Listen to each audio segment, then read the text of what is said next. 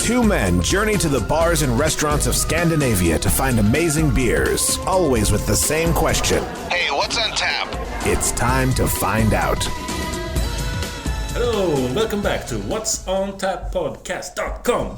That's quite a mouthful. It is. You don't have to say .com because it's not on we're not on the website. Retake the entire... Right, start over. We'll redo Start the over. entire series.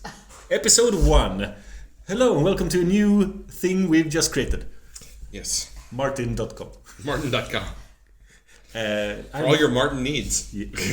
I am all your Martin needs. Oh, yes, you are. All right. we kind of ended there. Yep, that's all we got. That's All right. the episode. Well, that was the first episode. Thanks for tuning in to Martin on Martin. For all your Martin needs, check out Martin.com.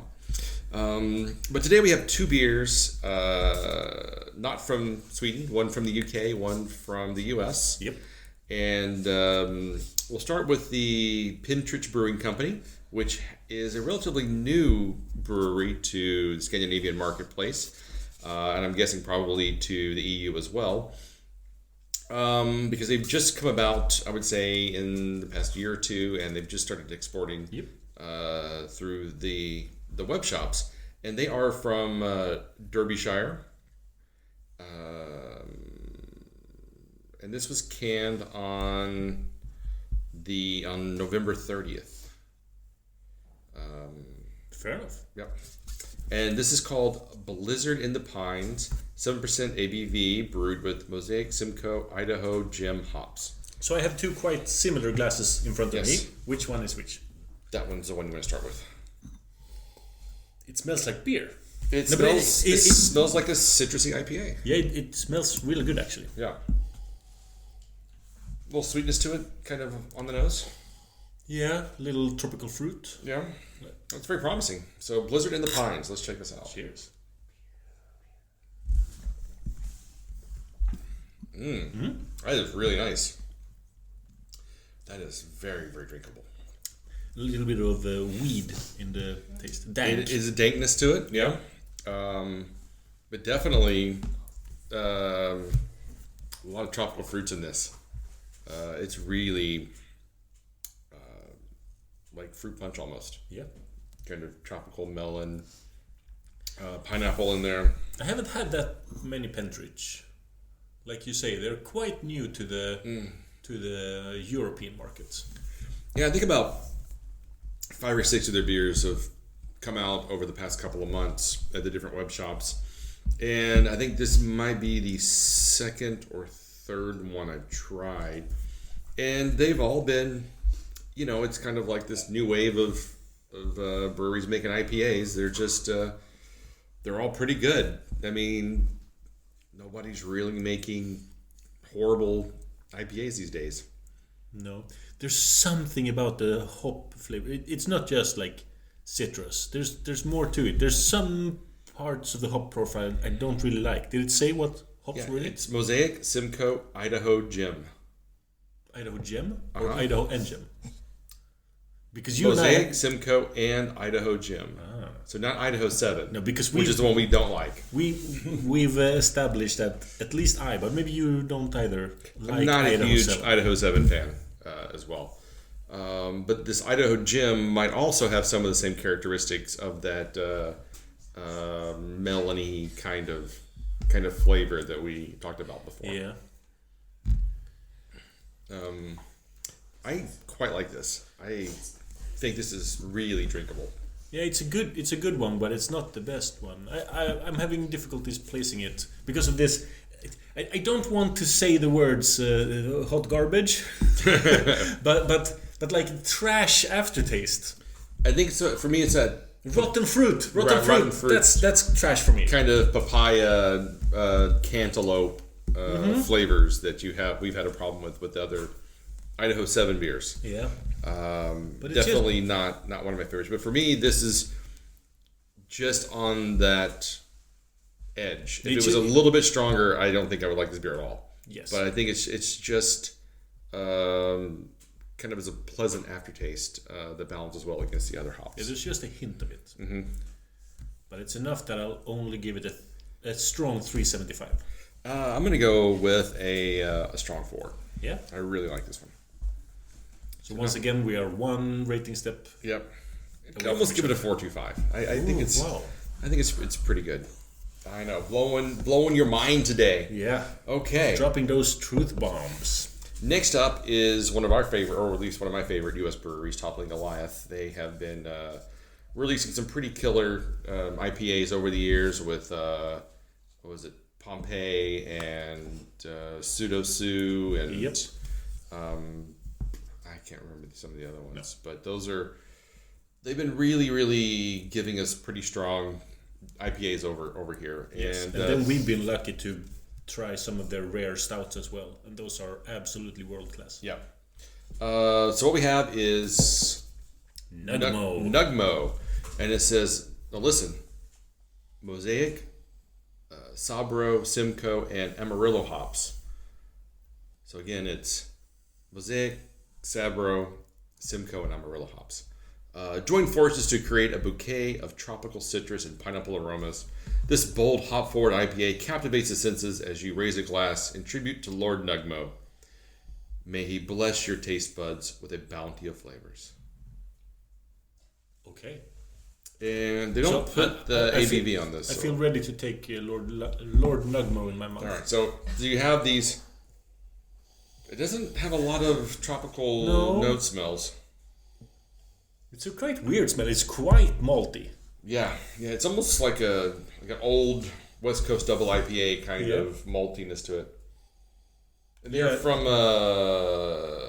Iowa. Decorah, Iowa. Cool. Beautiful Decorah, Iowa. Beautiful Decorah. Yeah, I guarantee you no one has ever used that word to describe anywhere in Iowa before. To quote Wayne's World, it's like, wow, we're in Hawaii. Wow, we're in San Francisco. Wow, we're in Delaware. Wow. Iowa's pretty much like that. Yeah, it's like, wow, we're in Iowa. Okay. It exists. Yep. Cheers. When you're in Iowa, you can always say, well, at least it's not Kansas. Iowa, one step above Nebraska. I think that's their state motto. The maltiness in the aroma is definitely present in the taste. That shit's dank.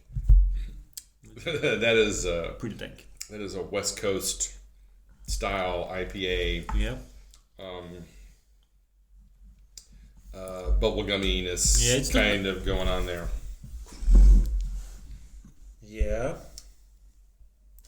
I don't know what to say about this one. Is it a little bit old? I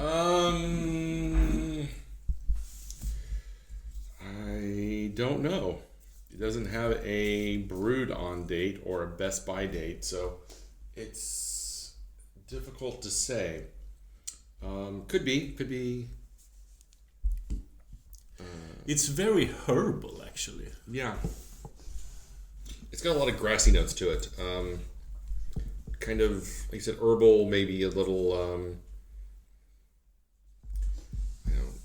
thyme or marjoram or something kind of like that.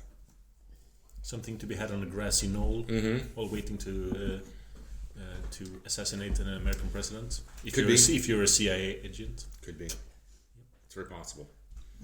Yeah, I don't know. This one's tough. It is very grassy, and I think because we've been used to these really strong, fruit-forward, really kind of sweet IPAs for so long, this one is grassy and a little dry and bitter in the aftertaste, and a little danker than what we've been getting. It's kind of a change, and it kind of throws you off a little bit because you aren't expecting those kind of flavors from IPAs anymore. But I think I quite like it still. Yep. Yeah, what will you give it? I'm going to give it a. I don't know. Let me try it one more time.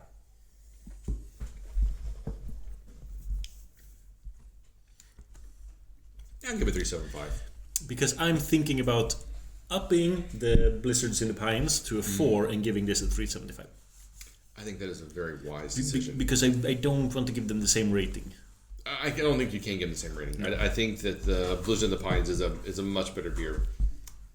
or I guess in my case, slightly better beer. But I mean, for me, those 2.5, that 0.25 is really a big swing sometimes. Yeah, I agree. The difference up to a 4, there's a threshold there. Yeah, that it feels in there in your heart. Yeah, it's like the difference between a 4-star film and a 5-star film. Oh, but that's gigantic. There's a lot of really great 4.5 star films, but hit that 5-star, it's got to be something pretty special. And I think this was kind of that same way, where 375 is fairly average, pretty good, drinkable. I wouldn't, if I saw it again somewhere, I wouldn't say no to having it again, but it's not something I would probably go out of my way to have.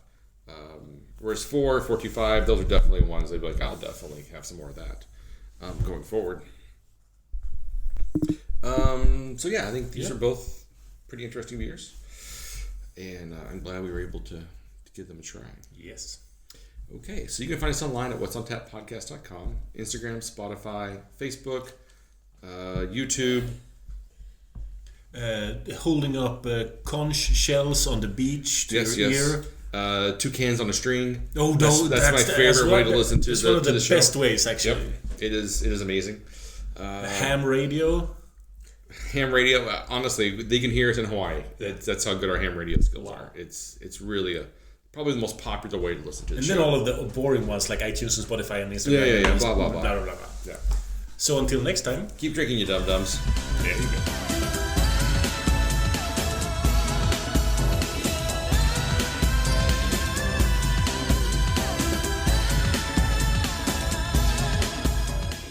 This podcast is part of the Pod Syndicate family. For more criminally compelling shows, articles, and conversations, head to wearepodsyndicate.com.